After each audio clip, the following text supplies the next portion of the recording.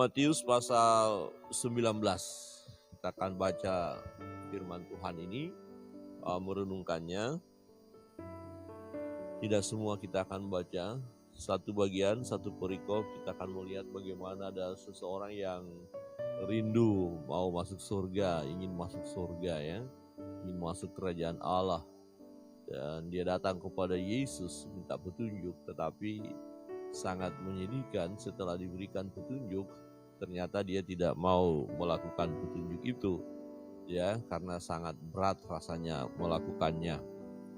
Demikian firman Tuhan. Ada seorang datang kepada Yesus dan berkata, "Guru, perbuatan baik apakah yang harus kuperbuat untuk memperoleh hidup yang kekal?" Menarik ya, perbuatan baik apakah? Ya, jadi orang ini merasa diri sudah melakukan banyak hal yang baik. Nanti kita akan lihat pengakuannya, oh itu sudah aku lakukan. Jadi dia pengen lagi untuk melakukan hal yang lebih baik lagi, untuk dia bisa memperoleh hidup yang kekal.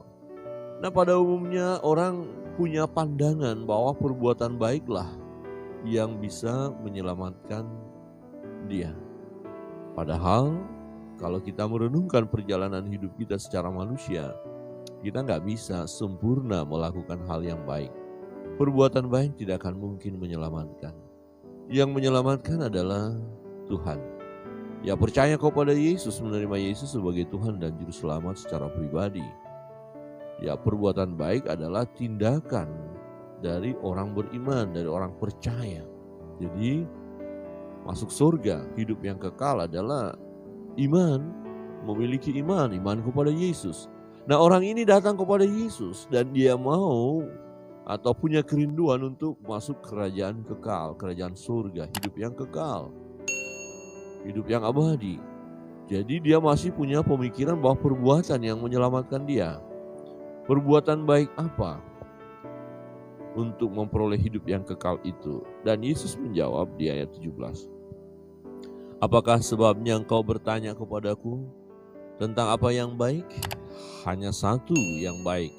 Tetapi jikalau engkau ingin masuk ke dalam hidup, turutilah segala perintah Allah." Turutilah segala perintah Allah. Kata orang itu kepadanya, "Perintah yang mana?" Kata Yesus, "Jangan membunuh, jangan berzina, jangan mencuri, jangan mengucapkan saksi dusta, hormatilah ayahmu dan ibumu, dan kasihilah sesama manusia seperti dirimu sendiri." Kata orang muda itu kepadanya, "Semuanya itu telah kuturuti, apalagi yang masih kurang?" Wah, menarik ya. Ya, orang muda ini bukan orang yang tidak beragama, bukan orang yang tidak saleh. Dia saleh dari kelakuannya, dari hidupnya. Dia hormat orang tuanya, dia mengasihi sesama, dia tidak mengucapkan saksi dusta, dia tidak seorang pencuri, dia bukan seorang pembunuh, dia bukan seorang pezina. Ya, dia menjaga hidup yang jauh dari dosa, kira-kira begitu ya. Nah, kata orang muda itu kepadanya, "Semuanya itu telah kuturuti, apa lagi yang masih kurang?" Wow, sepertinya sempurna banget ini anak muda ini ya, orang kaya ini. Dia sudah lakukan itu. Di ayat 21, kata Yesus kepadanya, "Jikalau engkau hendak sempurna," berarti kan belum sempurna dong. Iya, belum sempurna. Perbuatan baiknya dia, perbuatan untuk ketaatan secara agamawi yang sudah dia lakukan, ya belum sempurna. Bagi orang ini, Yesus tahu apa yang terjadi dalam hidup orang ini. Nah, maka Yesus berkata begini, "Pergilah, juallah segala milikmu dan berikanlah itu kepada orang-orang miskin, maka engkau akan beroleh harta di surga. Kemudian datanglah kemari dan ikutlah aku." Kata orang muda itu, ketika orang muda itu mendengar perkataan itu, pergilah ia dengan sedih, sebab banyak hartanya. Kenapa orang muda yang meminta petunjuk kepada Yesus Ketika Yesus memberikan petunjuk itu, ternyata dia menjadi sedih dan tidak mau mengikuti petunjuk itu. Nah, masalahnya adalah masalah harta, ya, masalah harta. Dia orang kaya, bagaimana mungkin dia akan menjual hartanya kemudian membagikan kepada orang lain? Nah, di sini terbongkar sudah. Katanya tadi dia mengasihi, katanya dia taat kepada perintah, tapi ternyata tidak. Ya, ada hal yang sulit untuk dia lakukan. Nah, rupanya hatinya terikat dengan hartanya itu. Firman Tuhan katakan, di mana hartamu berada, di situ hatimu berada, ya. Yesus berkata kepada murid-muridnya, "Aku berkata kepadamu, sesungguhnya sukar sekali bagi seorang kaya untuk masuk ke dalam kerajaan surga." Nah, orang kaya yang mana dulu? Nah, orang kaya yang terikat dengan hartanya, ya susah dia masuk surga. Artinya dia tidak mau melepaskan ya hartanya itu. Padahal ketika dia mau melepaskannya, dia akan memperoleh hidup yang kekal. Nah, rupanya keterikatannya di sana. Sekali lagi aku berkata kepadamu, lebih mudah seekor unta masuk melalui lubang jarum daripada seorang kaya masuk ke dalam kerajaan Allah. Ketika murid-murid itu mendengar itu, sangat gemparlah mereka dan berkata, "Jika demikian, siapakah yang dapat diselamatkan?"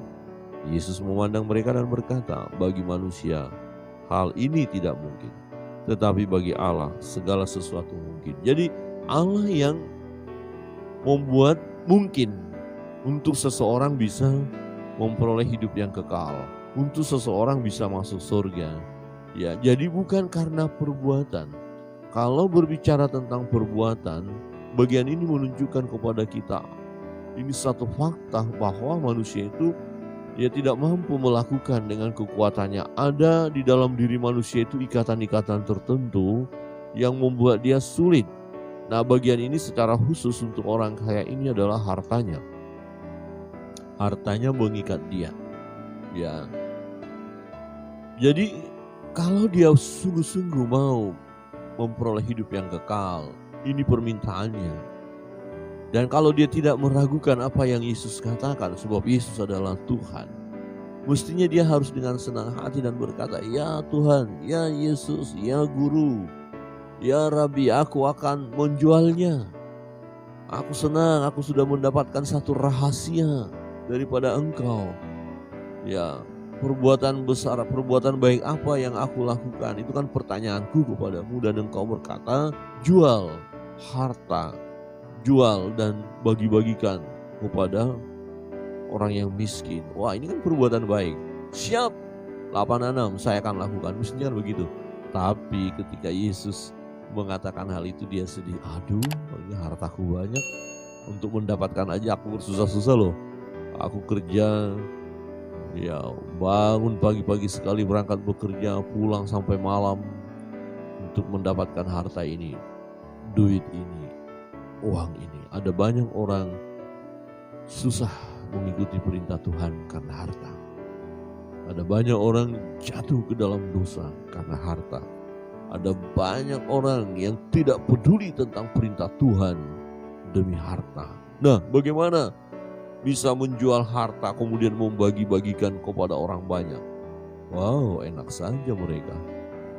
Ya, saya berjuang sedemikian rupa demi harta ini kok, bukan demi yang lain.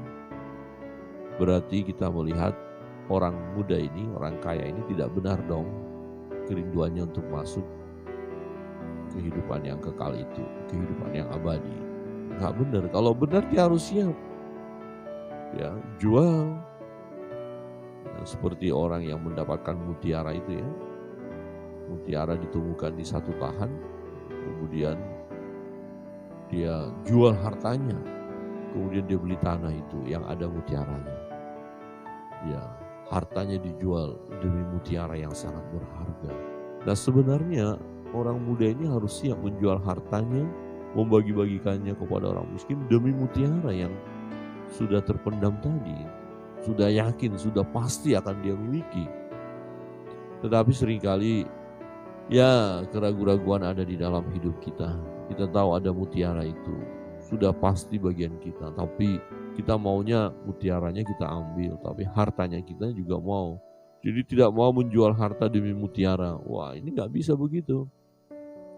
Kalau kita tahu mutiara yang berharga itu ada di tanah itu dan kita mau beli tanah itu, juallah harta kita untuk membeli tanah itu. Sehingga tanah itu milik kita yang ada mutiaranya. Ya, logika berpikirnya kan begitu, tapi seringkali kita nggak berani melangkah ke sana. Nggak usah nanti ya saya dapat nggak mutiara, jangan-jangan nggak dapat saya. Padahal kita udah tahu ada mutiara di tanah itu. Sementara orang lain tidak tahu. Karena ini kesempatan membeli tanah itu. Supaya ketika kita beli tanah itu berarti mutiara udah jadi milik kita karena ada di tanah kita. Tetapi begitu sulit untuk langkah awal menjual harta itu. Bapak Ibu Saudara yang terkasih dalam Tuhan, orang muda ini pun sedih mendengarkan apa yang dikatakan oleh Yesus. Padahal dia tadi berkata, aku sudah lakukan itu, aku bukan seorang pembunuh, bukan seorang pezina, ya bukan pencuri, orang tuaku kuhormati, ya aku mengasihi kok, mengasihi sesama kok. Nah, hati-hati, seringkali kita hanya sebatas kata-kata. Kalau saya melihat orang muda ini dalam hal kasih hanya sebatas kata-kata. Ya buktinya ketika Yesus berkata bagikan kepada orang miskin hartamu, dia nggak mau.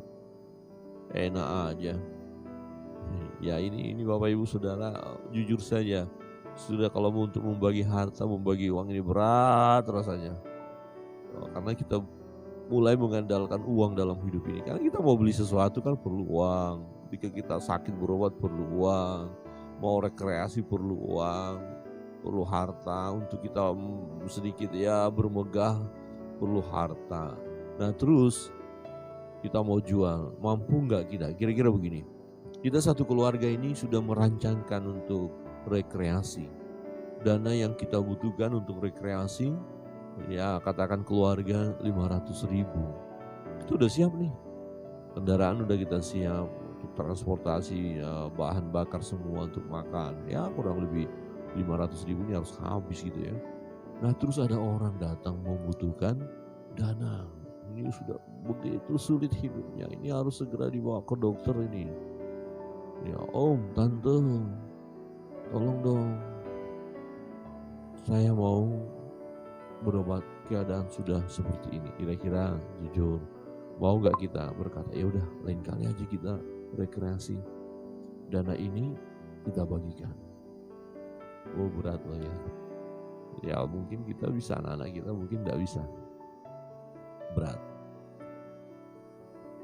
Satu cerita yang menarik, ada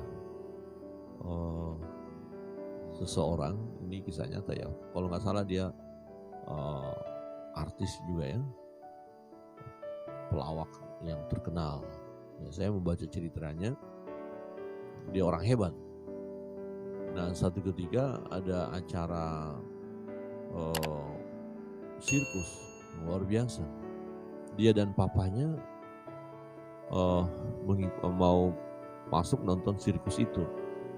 Nah kemudian di depan mereka ada satu keluarga, ada suami istri, ada anak-anaknya, mau membeli karcis.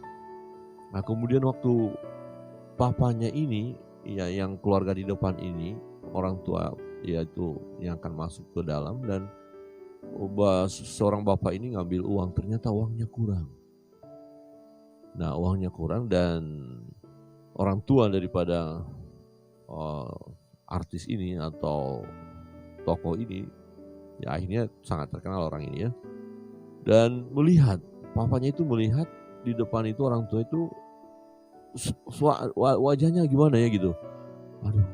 Nah kemudian orang tua ini paham, bapaknya ini kan paham bahwa orang di depan ini nggak cukup uangnya. Nah kemudian diambil uangnya sendiri dan dijatuhkan di belakangnya. Kemudian dikatakan, Pak, uang bapak jatuh. Nah, kemudian orang yang akan membeli tiket ini melihat dan dilihat ada uang di bawah. Oh ya, terima kasih. Tapi dia paham. Nah, rupanya bapak ini tidak mau mempermalukan orang yang di depan ini kan. Nah, kemudian akhirnya suruh beli tiket itu dan anak-anaknya satu keluarga ini masuk dengan senang hati. Nah, kemudian Tiba giliran bapak ini sama anak ini makan masuk, tapi bapaknya bilang, "Nah, lain kali aja kita ya." Karena ternyata uang bapak ini juga cuma segitu. Nah, akhirnya mereka pulang. Apakah anaknya kemudian ngambek? Enggak. Dia bilang, "Inilah pelajaran yang sangat penting ku alami." Dia sangat bahagia, dia bangga dengan papanya yang mau berkorban untuk kebahagiaan orang lain. Wah, luar biasa, saya membaca ceritanya ini menarik sekali. Dan itu menjadi catatan sejarah dalam hidup anak ini bahwa dia sangat bangga kepada orang tuanya yang mau berkorban demi orang lain. Dia sendiri menerima. Ya, dia tidak protes. Dan dia senang melihat keluarga yang di depannya itu akhirnya bisa nonton sirkus itu.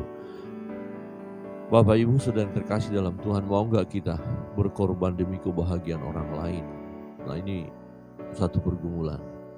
Saya mau jujur berkata, satu pergumulan. Tidak mudah seseorang melepaskan hartanya demi kebahagiaan orang lain. Nah, inilah yang terjadi dalam kehidupan orang muda ini. Wow, bagi harta, ya saya bekerja. Lah, mana lebih penting? Kehidupan yang kekal itu atau harta itu? Nah, itu sebabnya akhirnya Tuhan berkata betapa sukarnya orang kaya masuk kerajaan surga. Ya, masalah kekayaannya itu mengikat dirinya, itu persoalan.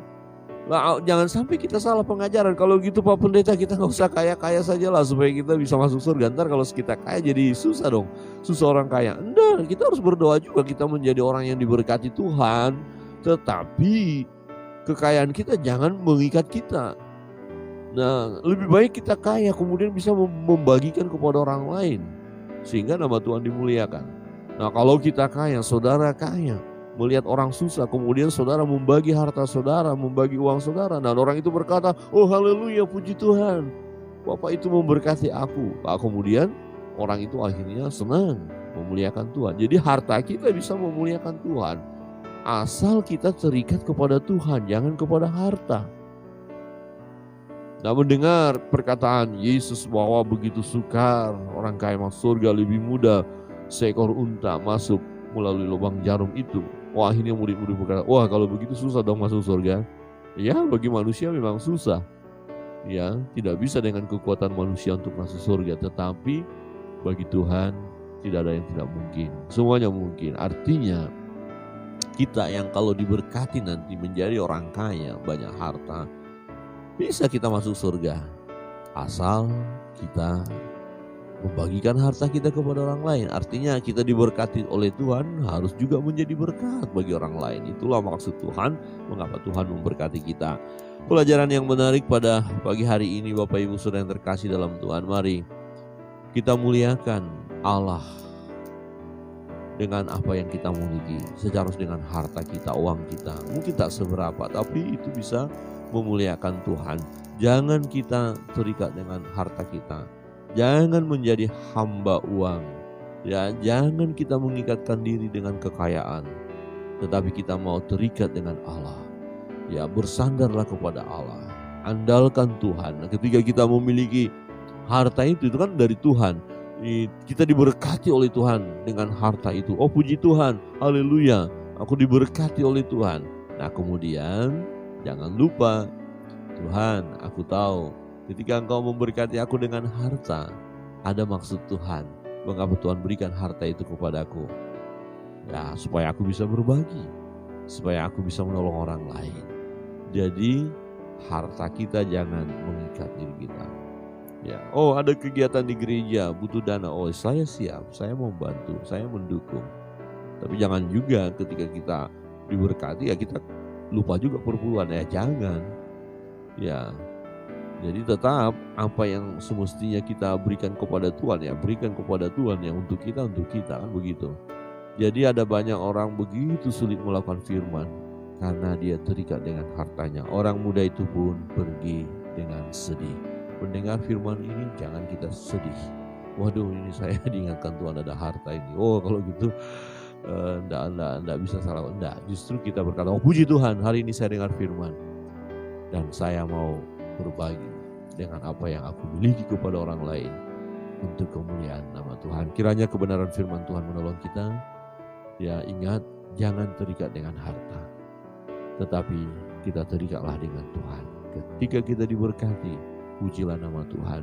Dan jangan oleh karena berkat itu terhalang langkah-langkah kita untuk melakukan hal yang baik. Jangan oleh karena harta itu terhambat langkah kita untuk masuk kerajaan surga.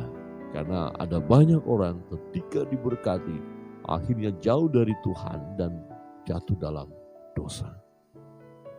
Jangan seperti itu, tetapi kita mau berkata, semakin kita diberkati, semakin kita menjadi berkat. Tuhan Yesus memberkati kita sekalian. Kita akan masuk dalam doa-doa kita. Secara khusus pergumulan-pergumulan kita mengenai keuangan, mengenai pekerjaan, ekonomi yang sulit, kita berdoa, minta kepada Tuhan. Tuhan akan memberkati kita. Dan kita juga harus berani berdoa, Tuhan tolong aku supaya aku pun bisa berbagi. Berikan kepada aku hati untuk berbagi apa yang aku miliki, yang dirindukan atau dibutuhkan orang lain. Tidak hanya harta, ya, tenaga kita, pikiran kita. Kita mau berbagi kepada orang lain. Kita perlu berdoa untuk hal itu, supaya nama Tuhan dimuliakan melalui hidup kita. Bagi yang sakit, berdoa untuk kesembuhan, pemulihan terjadi. Percayalah Tuhan akan menolong kita. Apapun yang menjadi beban pergumulan kita datang kepada Tuhan. Mari kita naikkan satu pujian. Kita datang kepada Tuhan. Kita menyerahkan seluruh hidup kita.